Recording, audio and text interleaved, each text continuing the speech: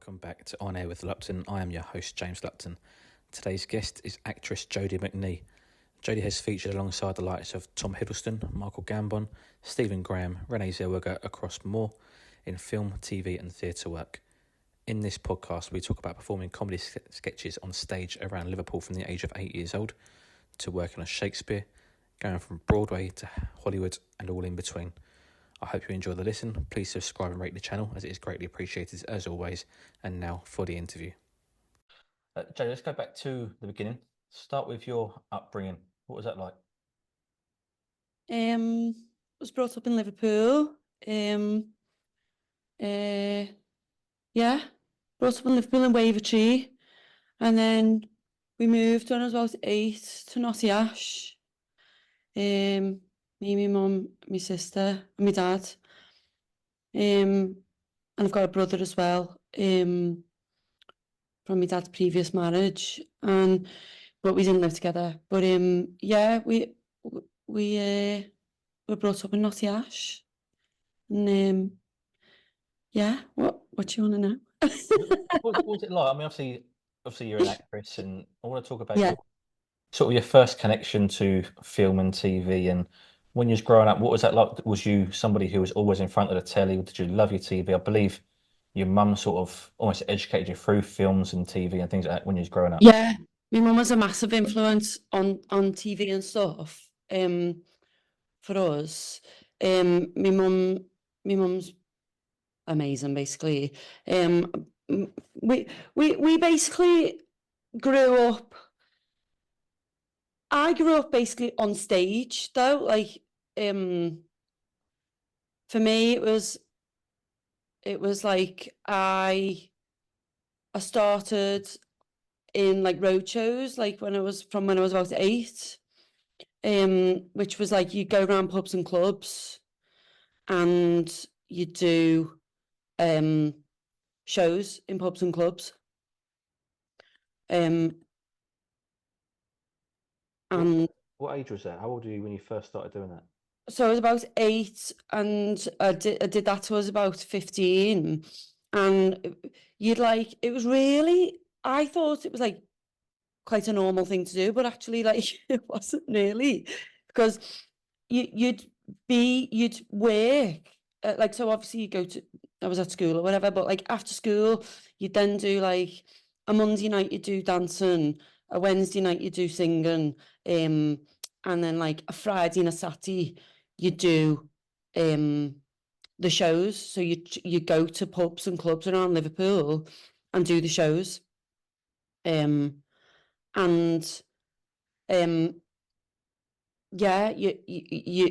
be all over Liverpool, and like there was like dancing acts, people like, but we were all like, from the ages of like probably about, I think the youngest was probably about 6 or maybe 8 or something, up until like people were like 16, and we were like a troupe who go round and like entertain in pubs.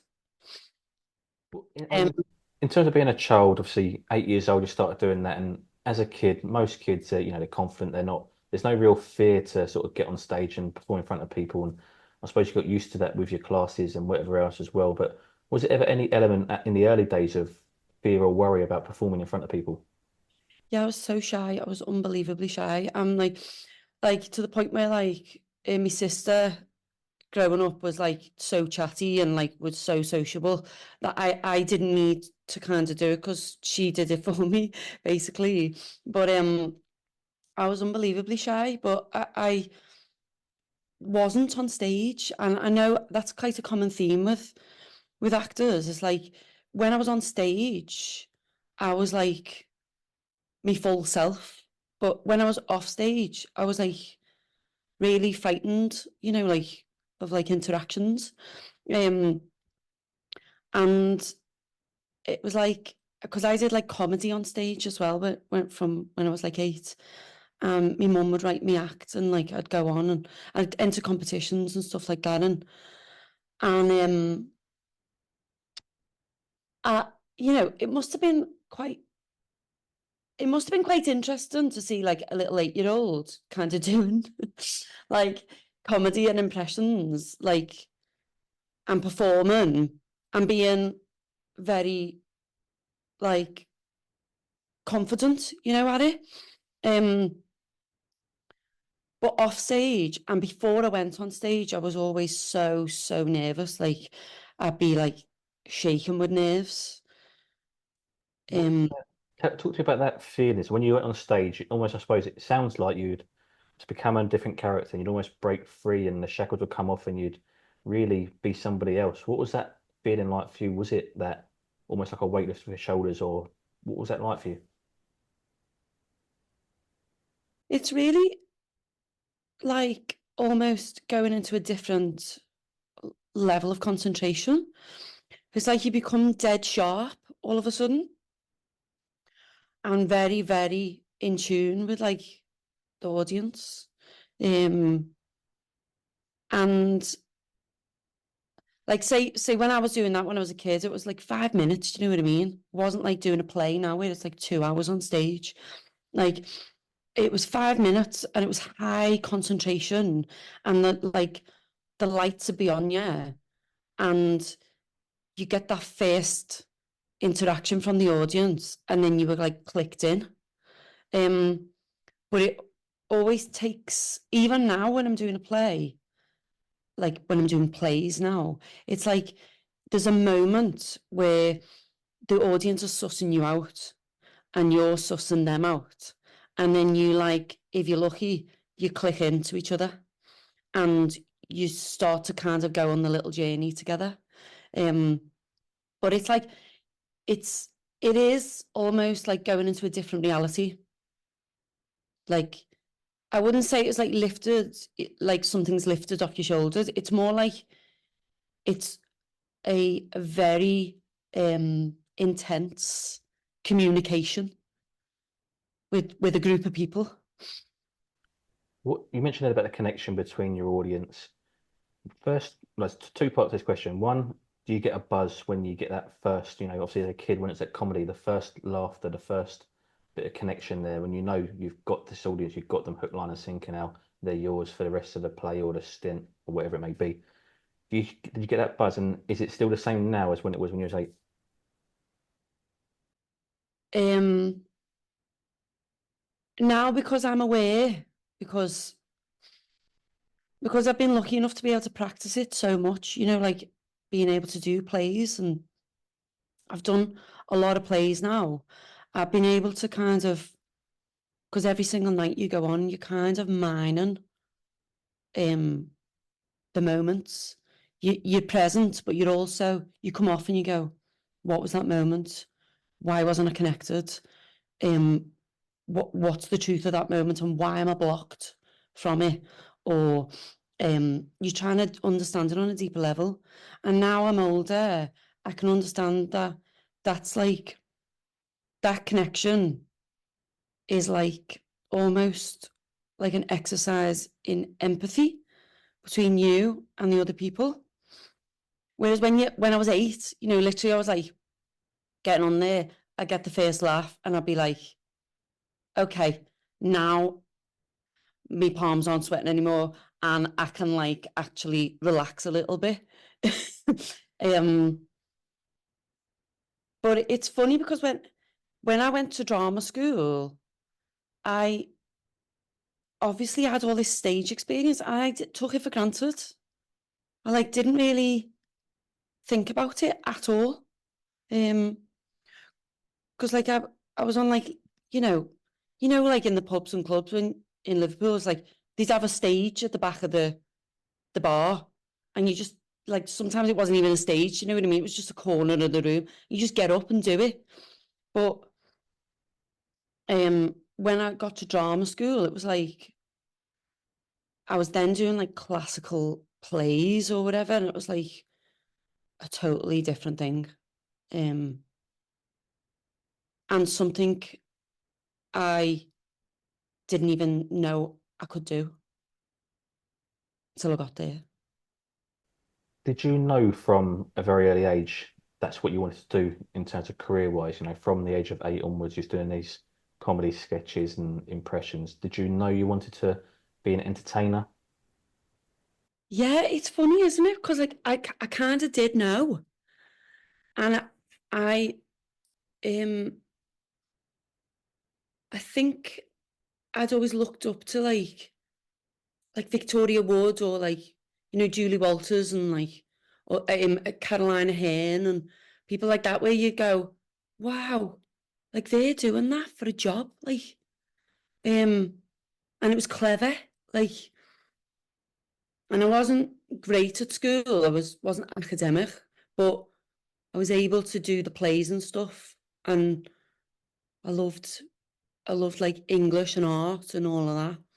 But I kind of knew something in me was just clicked into it and like fascinated by it. Like, and for me, it was never, some people have to rebel against um their families. They want them to go into being like, I don't know, like sensible jobs or whatever.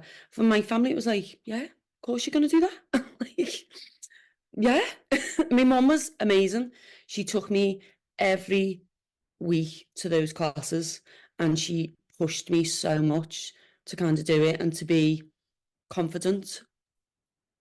Because I was so shy. Um, but yeah, she was the biggest force behind it, really. Going to fast forward a couple of years now. So you mentioned there's 8 to 15 years old, roughly, using these road shows. And I think it was about 17. You moved to London, I think, correct me if Yeah. I'm wrong, to obviously pursue this career. Talk to me about moving away from home and away from your mum, who was a big inspiration and driving force at a young, tender age. Well, it was funny because like I auditioned for like places and I didn't have a clue. My teachers at school were brilliant and tried to guide me and all that, but I just didn't know what I was getting into at all. And I didn't want to leave Liverpool because I'm a home bird really, and I love Liverpool so much. And um I auditioned for this place in London and drama centre, the London Drama Centre. And it was in North London, Chalk Farm, North London.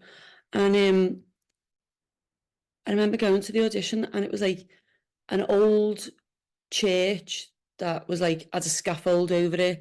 Like it looked really minty. Like it was just like, is this a drama school? Um, and I just felt really in the audition. It was a full day's audition, and I felt like it was for me. I didn't feel intimidated at all there, and uh, I did the audition, got through all the rounds and all that. And then I waited all summer to like hear back from them. And then I got this phone call saying, "Oh, you've got in." And I phoned my mum, she was at work, and I went, "I've got in to drama centre." She went, "Oh, Joe, that's amazing, that's amazing."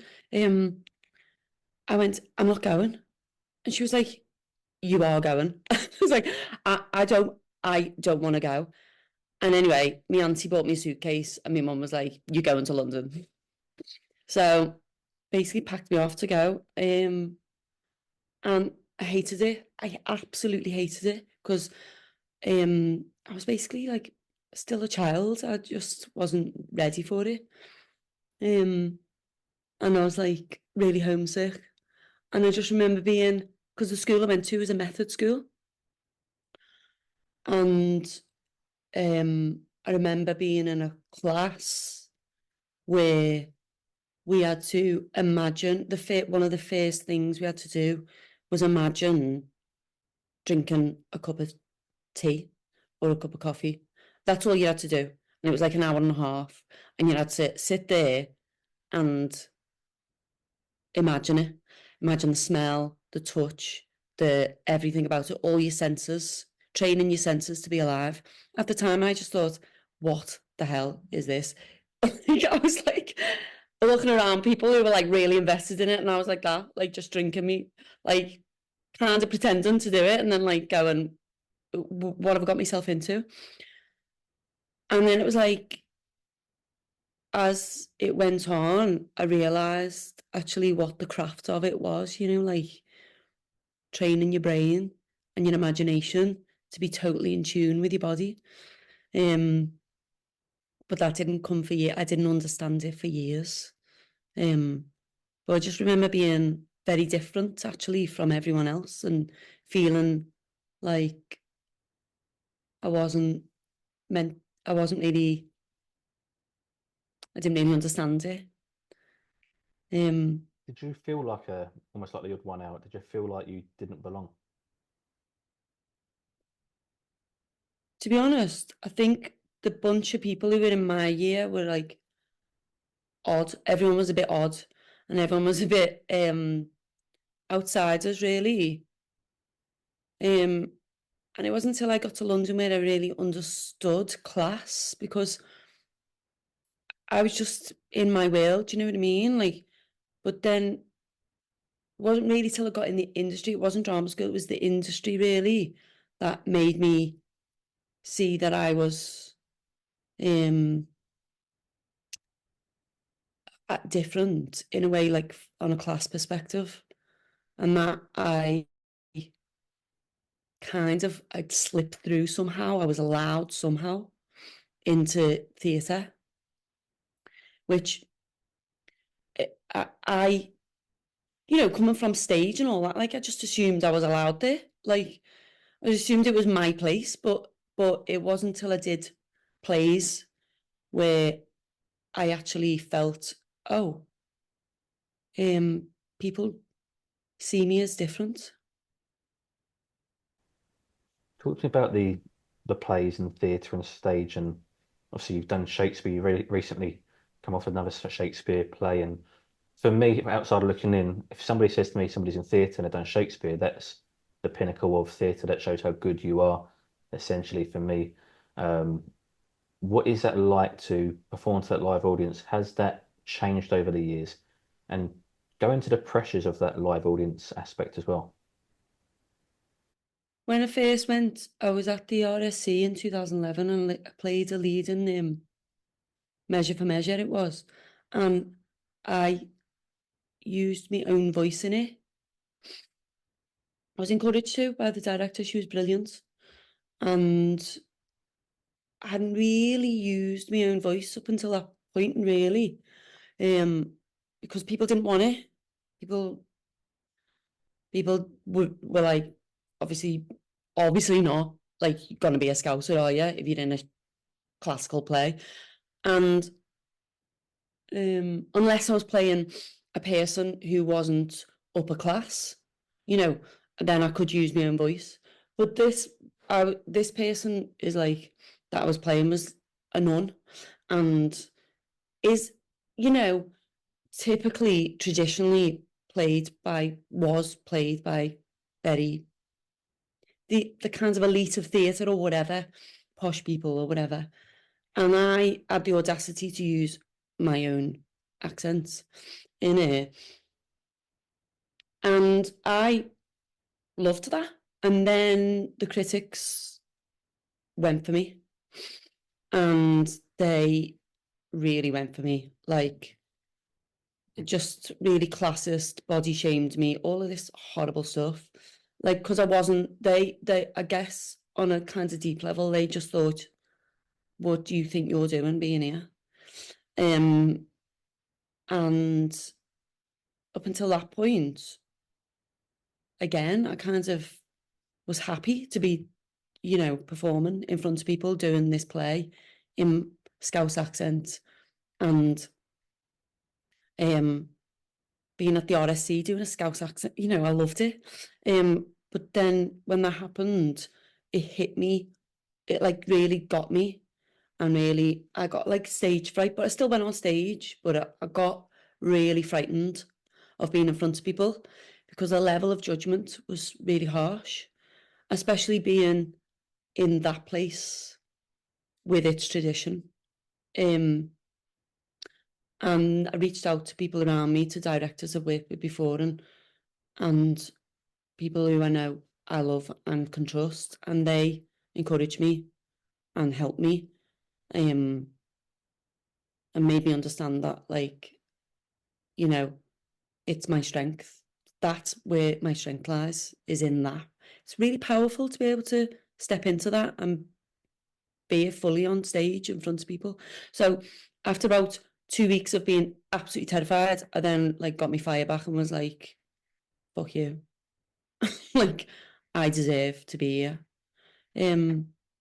But since then, obviously a lot's changed since then. Like, people are much more, there wasn't Twitter, and it wasn't really Twitter. You couldn't really like go, you're wrong for doing. You'd have to write a letter in. Do you know what I mean? To like say, um, it was it was like you couldn't really like say it was.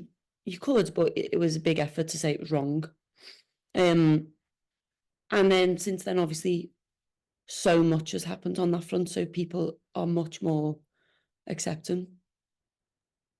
Are you proud of that moment? Because now how it has changed, it almost began with you and the fact that you came back and had that fire in your belly again a few weeks later and actually said, no, I'm staying true to myself.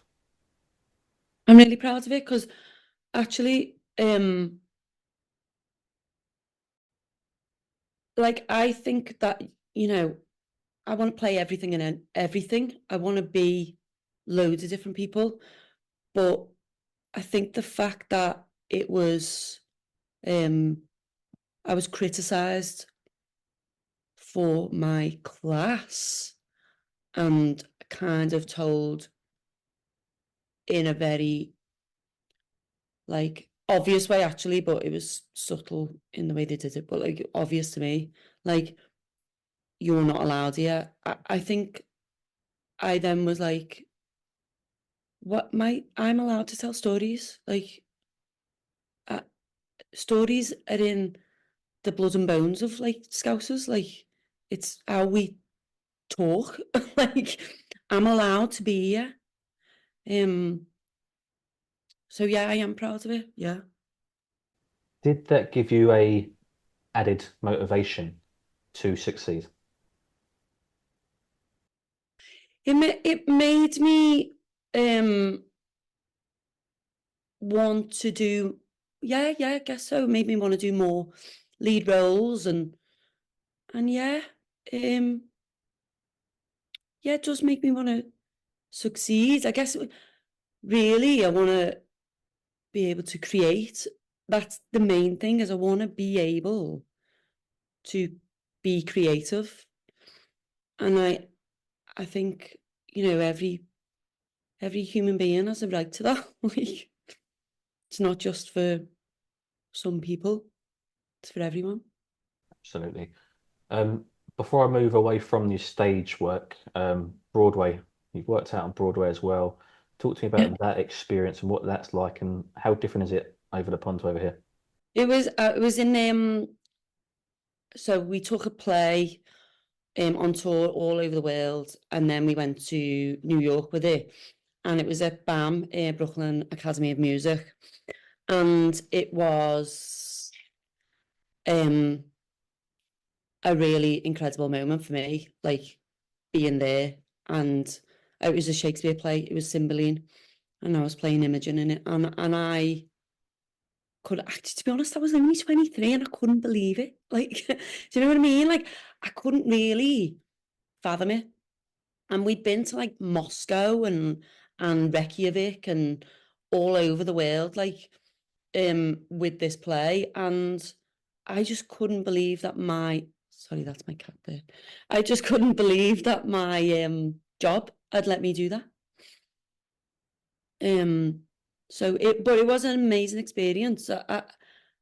As in, like, as amazing it was to go to Moscow or the other places where, like, you get to experience audiences' responses culturally, like how different culture. Like in Moscow, they throw roses at you every single night, like all over the stage every night, and like, um, just people's ways of doing theatre is very, very different, and how actually British theatre is, I found then British theatre was really respected in like America and these other places more than it kind of is here. Like, yeah, it was really interesting and a really creative time actually. Did it surprise you how universal something as English as Shakespeare was? Um, so mad, isn't it? Because like, yeah, it is really universal because his stories are about the human condition. And I know they're set in like kings and queens and all of that, but actually it's people, like it's people dying for love or like, desperate for power or like, so the stories are really universal. Oh, when we went to Russia, I remember a Russian actor saying to me, "That's Stanislavski, what you did there." And I was like, "What do you mean?" And they were just going, "It's Stanislavski, who's a Russian practitioner who like kind of created the methods of face methods of acting." And I was like, I, I didn't quite grasp what she was saying. But I kind of understood that what she meant was it's um a lot of Shakespeare, I think, is seen as um posh people doing posh things.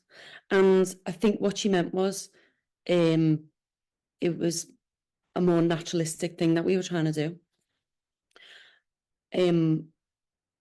Which when you watch, I think when I watch Shakespeare and I go, oh, I want to see people treating it like a new play. I don't want to see like a historical kind of thing. I want to see people doing something with it that like is people talking to each other. But yeah. How, I don't know if the right word is dangerous, but how, dangerous could it be for a director to change something like Shakespeare into a modern day? I think that's what people are starting to do now. And I think it's really interesting. Like, to see that and to see people being a bit punk with it. I quite like that. Will it still get its share of negative critics because you have Yeah. those critics who are the purists and whatever else? Yeah, people hold on to tradition, don't they? And they like tradition because it makes them feel, I don't know, safe or whatever. But I'm a big believer in like you have to um make it about now, or not literally. I just mean you have to make it important. Like, what's the point in doing it? Otherwise. Um, but I love it when people messing around with it. Absolutely, it's definitely refreshing. Um, as I mentioned, we move on to your TV and film work now. First question, how different is it to stage work? Obviously, you get a number of takes. You can almost make mistakes because you know you're covered essentially. What's it like?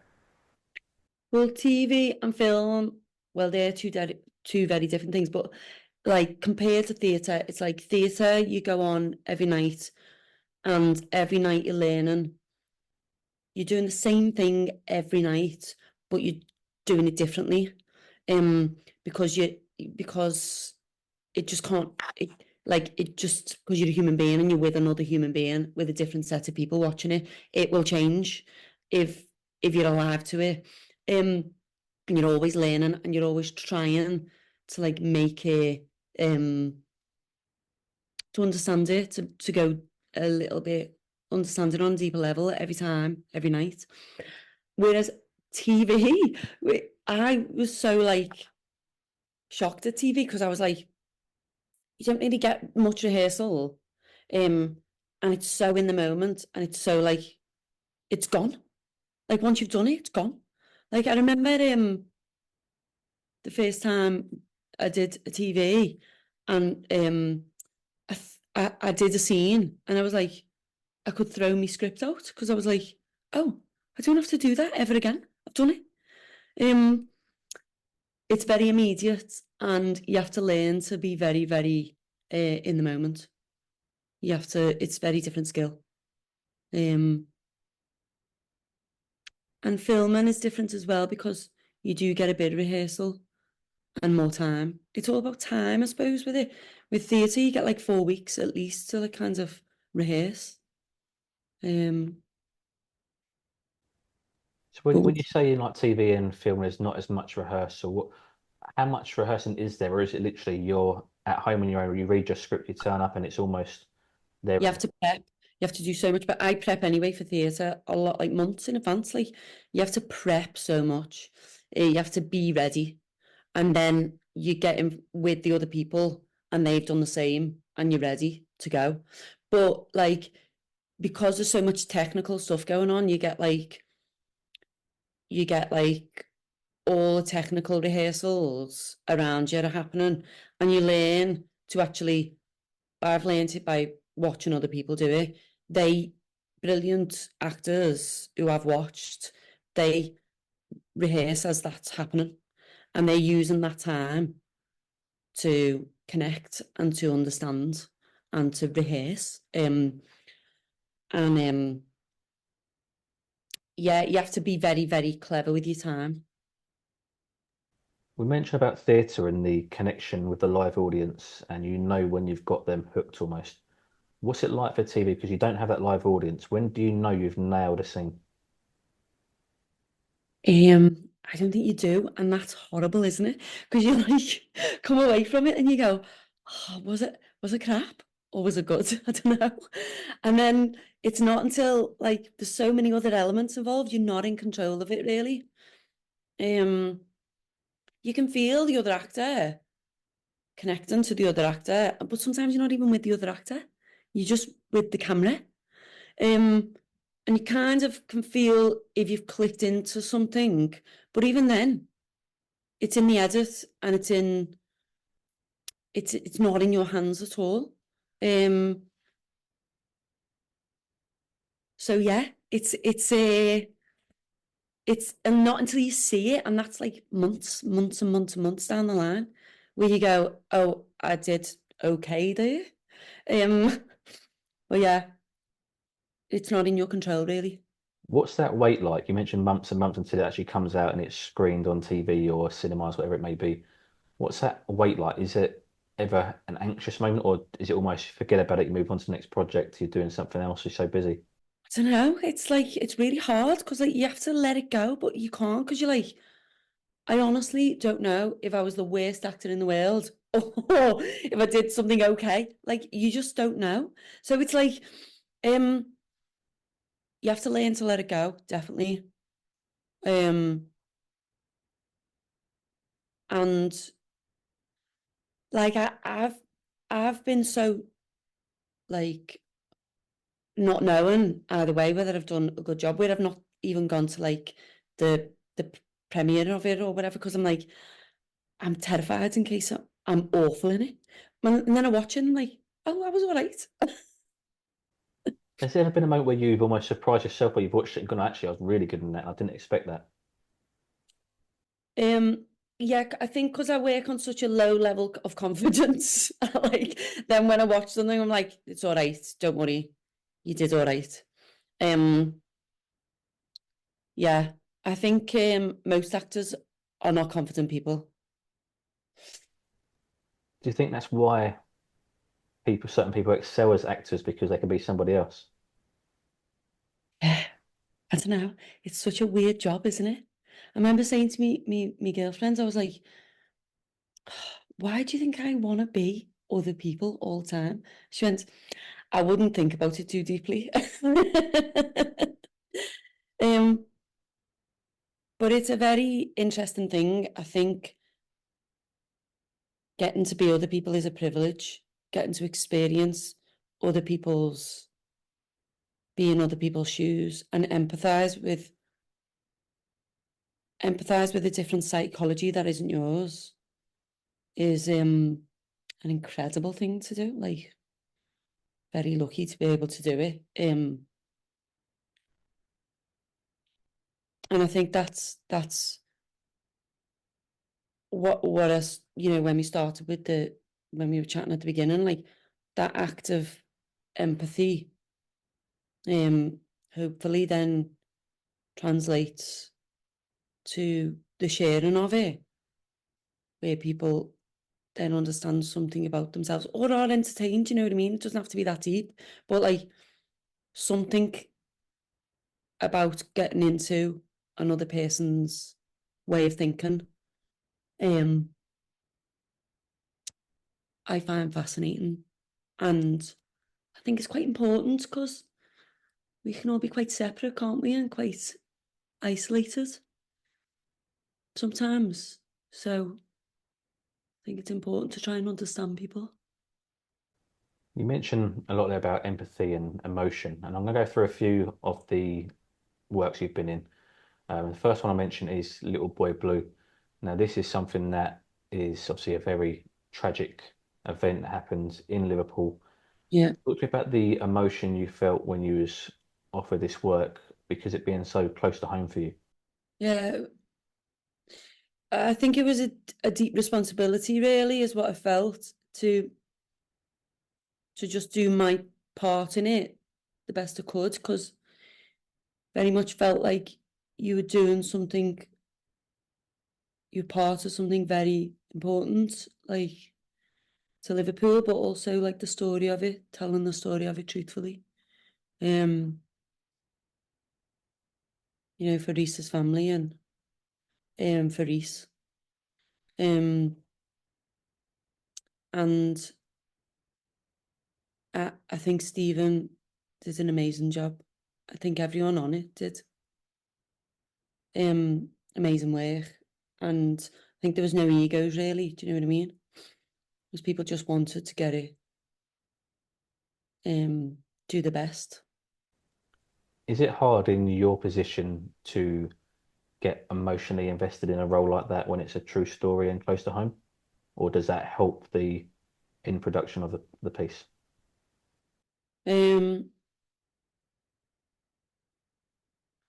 I think it's not necessarily harder or easier. It's you just feel very connected to it, and you just want to do right. Do you know what I mean? That's the main thing. But the emotion of it is kind of, you know, a separate thing. Like, I suppose the acting side of that is like separate, because the heart of it is people's lives. It's, you've got to honour that, you know what I mean? You're at service to that, really. The next program I mentioned is something on the complete other end of the scale, and that's Britannia. Mm. Talk to me about playing your role there, and also the longevity of that role as well was over quite a few years. Yeah, yeah, I was playing a druid witch. With like David Morrissey and Mackenzie Crook and that, and I was in like 2 hours of prosthetics every morning. So sometimes I'd be in at like, I think the earliest they called me was like 4 o'clock in the morning one time to do it. But I loved it so much. I just loved it. And it was quite like Jez Butterworth wrote it, and like Jez is like a brilliant playwright, and a brilliant writer. And I just think it was really fun to get into like that fantasy kind of world of magic and pagan strangeness.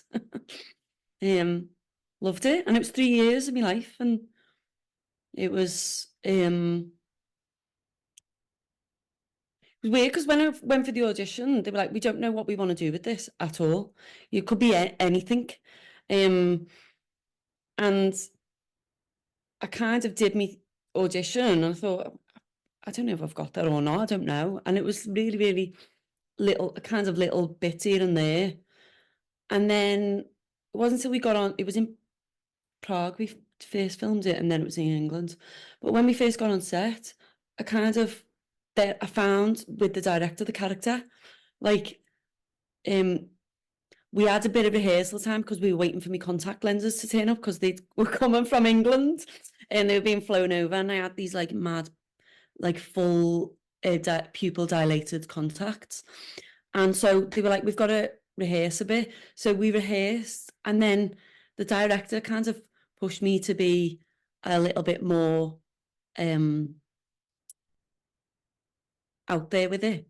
And then I think that kind of helped me click into the character. And then I think probably that's why they wrote a bit more as it went on. And then back again to a completely different sort of character, and using the biopic of Judy Garland. Uh, Yeah. Talk to me about that, because again, that's about somebody's real life. That's obviously a big name as well. It's not a it's a celebrity sort of figure. Talk me about that and working on that project. How was that for you? It was like a dream come true because Judy Garland is massive.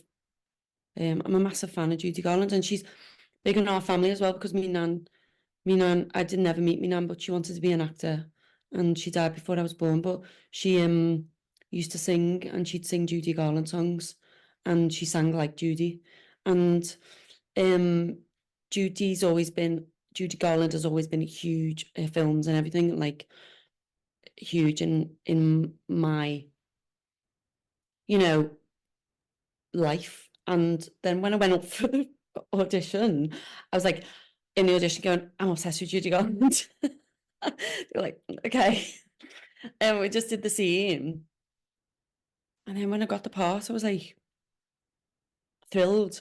But I remember Rene Zellweger walking into it was like the first scene we did, one of the first scenes we did where she'd just come off stage, and it was backstage, the scene, and we were in Judy's dressing room, and obviously I was playing like her makeup artist, so I was just there all the time, kind of either waiting to do her makeup or, you know, in the story, kind of waiting backstage. And we were all on set waiting, and then Renee Zellweger walks in, but it was Judy. It was like she came in, kind of turned around, and she had the iconic, famous Carnegie Hall dress on, the sequin dress, floor length dress, and the hair and the prosthetic nose, and the mannerisms. And she turned around, and it was Judy, and I was like, it like took me breath away.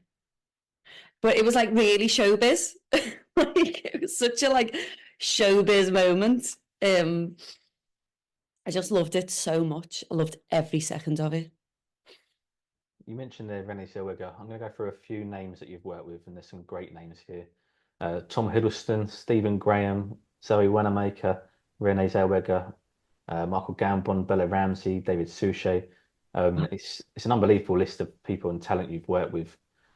Talk to me about working with these guys, and have you ever been starstruck at all? When I worked with Stephen, I I wanted to work with him for ages, but I wasn't starstruck because he was so good to me, and he was so made me feel so like, I don't know, just was very generous. Like when we were doing scenes, if there was ever like a shot and they were focusing on Stephen, because I was playing his wife in that, in Film Stars Don't Die in Liverpool, like he would make sure I was in the shot with him. Like he looked after me. Um, and then when we did Little Boy Blue together, he would just all the improvisations off camera and everything. He was just such a generous actor. Um, um, I don't know. I don't know whether I get starstruck. I don't think I do because I think I'm more excited. And I want to see their work. So I observe them, and I'm watching them, and I'm watching them on the monitor, and I'm trying to learn. Do you think as well, a little bit to play in that is the fact that you're used to it because you've been on stage since 8 years old. It is no, it's almost home for you. It's no different for you. You've done it for so long. Do you feel that helps you? I think it does help me, but I think they're also like just crafts people, do you know what I mean? They're like people who are just there to work. So like there's not I- very rarely have I ever been. I don't know if I've ever been around people who are like divas or whatever, do you know what I mean? People are just so nice because they're there to do their job and they want to do it well. So yeah. Just going to go away from the acting. Obviously, you played many characters on stage. I want to get to know a bit of the real Jodie McNee. Obviously, you mentioned you're very shy growing up. Um, I believe when you was growing up, one of your favourite films was Twins. Big Danny DeVito fan in that. Um, Yeah, Also, and Batman Returns actually with Danny DeVito, so there's the penguin in that. yeah. And also, you mentioned your nan, obviously, just a bit of a singer, singing good Judy Garland. I hear you're a good singer as well. What do you like to do away from the day job? Oh God, really boring. Like, I'm really boring. I like being with my friends. I think my friends and my family and my world. Um, yeah, I love people. Like, um, just got my girlfriends and my cats. Do you know what I mean? Like, and my family. I think that's really, really important to me. Um, don't really have other hobbies. Because I'm obsessed with my job. But like I do love singing and I love um watching live music and I love watching I like live stuff. I love, like um and going to watch theatre or whatever. Like it wasn't really a thing when we were growing up. Like it was more like pantos and stuff growing up. But um obviously now it's so much of my world. Like I I absolutely love going to watch stuff. And even if it's bad or whatever, like it's still amazing, because obviously like I've been in stuff and I've been bad in them or it's been bad, but it's still an incredible experience. Like you can't always, you're always striving to be good, but like don't always reach it, do you? We mentioned a moment ago there, so when you was younger, you was very shy. Your sister would do a lot of the chatting and talking for you. Yeah. But now we say about what you do now, you love to get your sociable friends, family, going out, things like that. Do you feel that you've almost come full circle and has the job helped in that aspect? God, yeah, like much better at communicating now. I've had to be, do you know what I mean? And also, I think I had to really adapt quite quickly to communicating with people because people really didn't understand me when I first came to London because I spoke fast and my rhythm was different because I'm from Liverpool. So I definitely also my whole job is communication, do you know what I mean?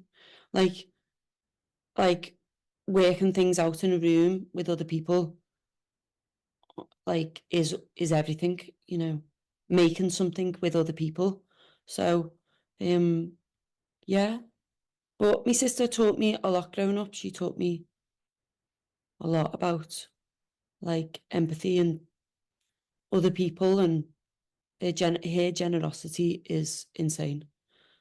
um and obviously she's like an incredible artist and poet and everything. Like something I found really amazing about being from Liverpool is like so many people are so creative.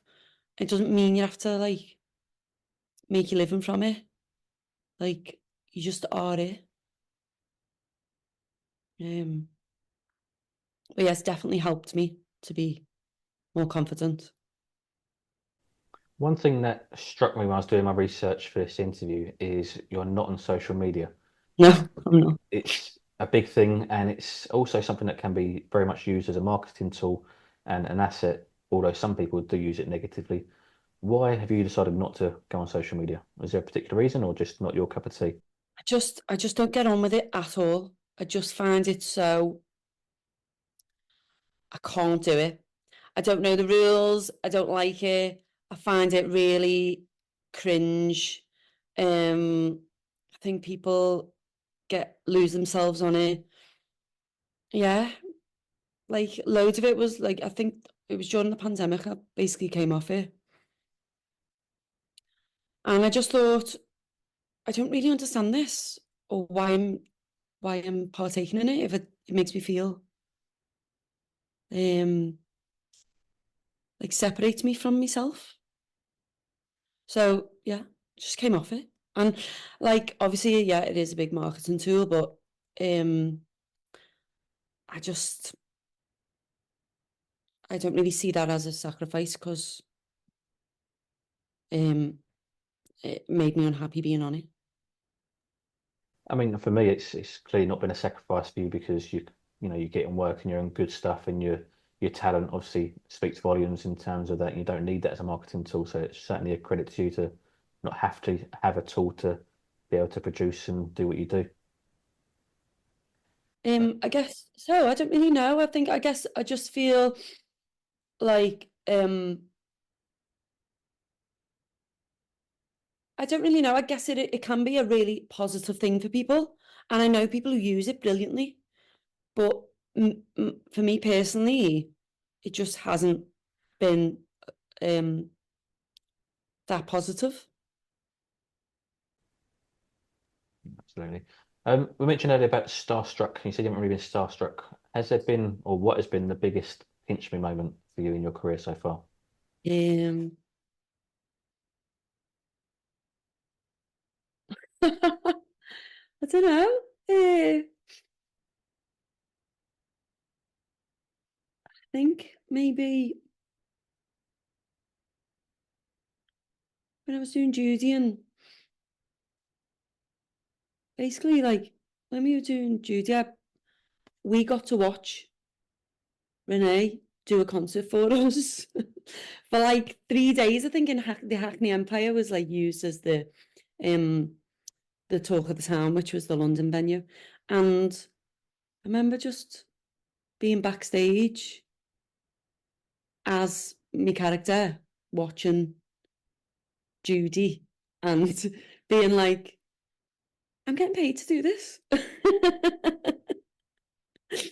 And just thought it was amazing.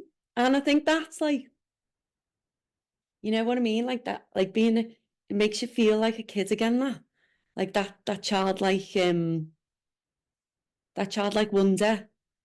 I just, I think that's magic. Yeah, it was a bit of a pinch me moment.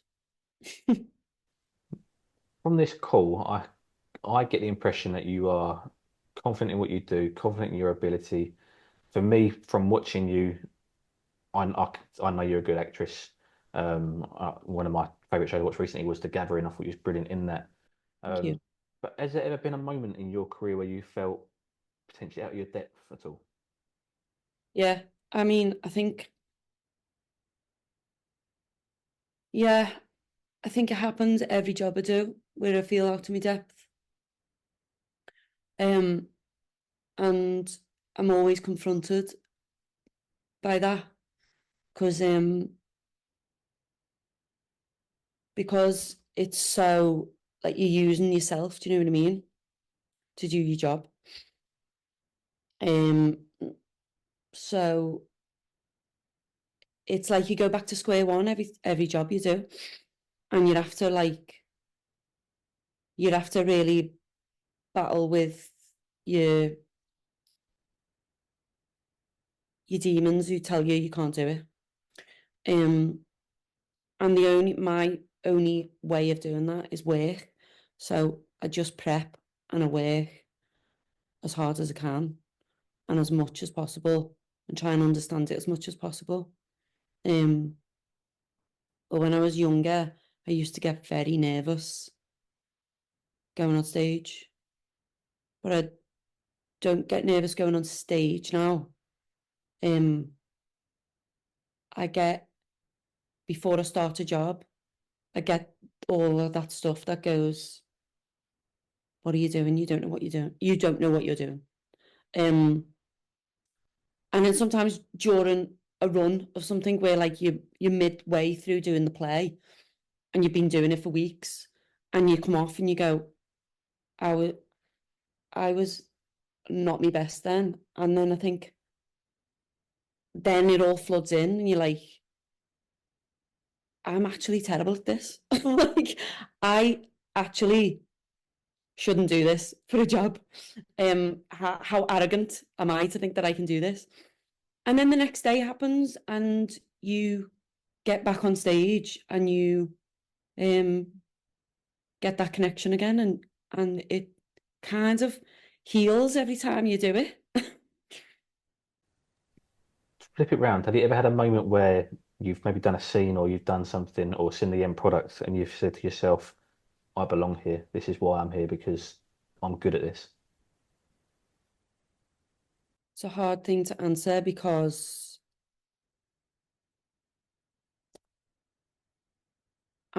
yeah, I know, I do think I can be good at it. And I've had moments where I've gone, oh, I'm not terrible. I don't know. I don't think I'm that kind of person who like goes, that's good, that's great. Like, yeah, top of your game. I just am not. I just always feel like there's always more work to do, basically. Disappointing answer, probably. But yeah. Not at all. Very humble. It's real. That's what I want in this podcast is real and Yeah. real people. The last question, Jodie, I've kept you for the best part of an hour. What is the best piece of advice you've ever received that stuck with you throughout your career?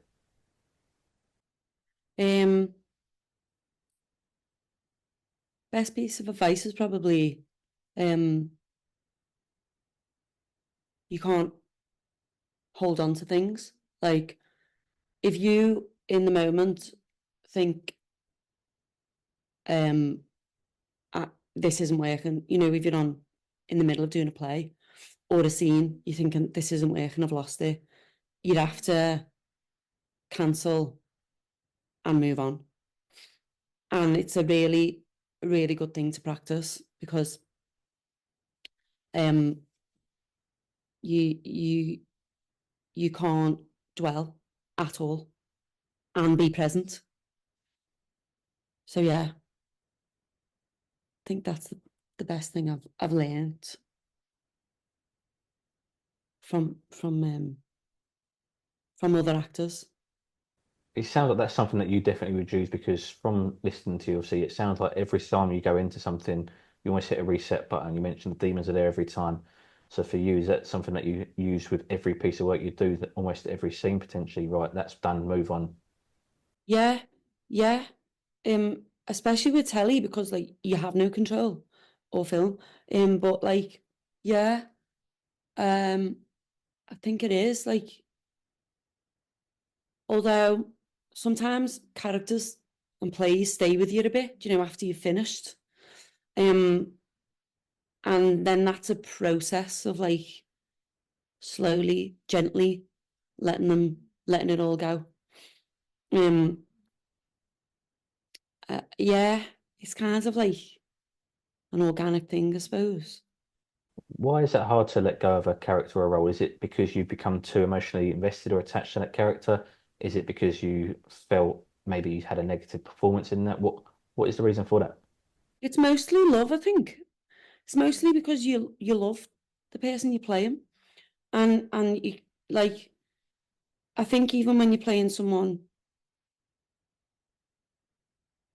terrible, like who does terrible things, there's something about the human connection of like getting into another person's mind. you kind of connected. So it's just like you have to kind of let it be free. Do you almost have to grieve leaving a role?